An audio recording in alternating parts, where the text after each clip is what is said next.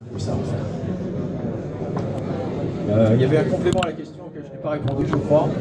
Oui, pourquoi que tu n'utilises qu'une stratégie sur 100? Pourquoi une stratégie sur 100? Non, c'est parce que on a toujours des tonnes de bonnes idées, vous savez, en trading, mais elles sont très bonnes tant qu'on ne les a pas testées. Et une fois qu'on les teste, on s'aperçoit que finalement, elles n'étaient pas si bonnes que ça.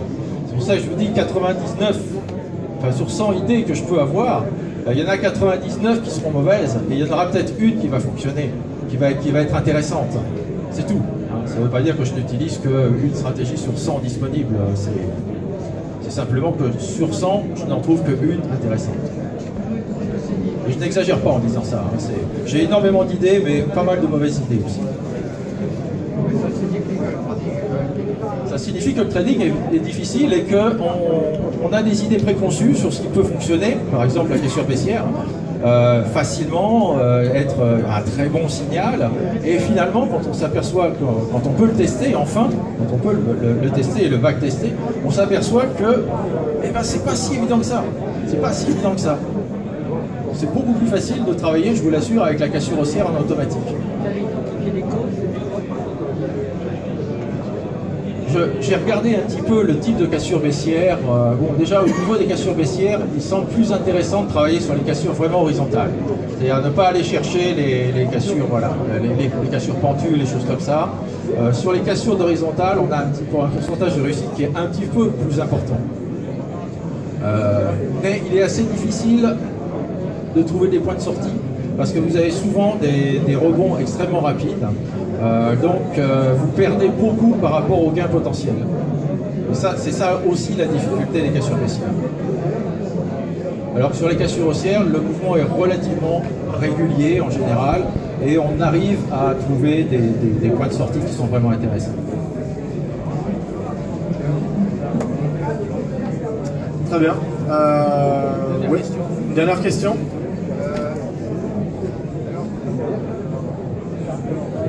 Dans les stratégies qui marchent, il y a des stratégies qui marchent vraiment sur tout, c'est-à-dire aussi bien sur les devises, n'importe quelle paire, que sur les indices boursiers, que sur le bond, que sur le pétrole. Est-ce que tu as une stratégie qui marche bien partout?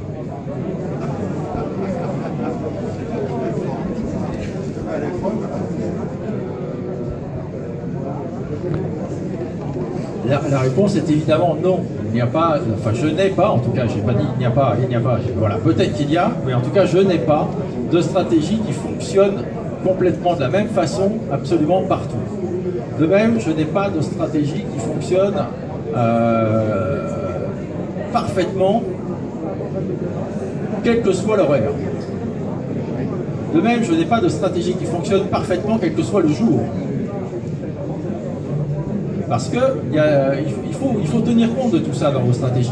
Vous n'allez pas trader de la même façon le vendredi en début d'après-midi que le jeudi en début d'après-midi aussi, par exemple. Vous avez quelque chose qui se passe souvent vers 14h, 15h. Sur le début d'après-midi, vendredi, vous avez la fin de semaine, donc la psychologie des opérateurs n'est pas la même, etc.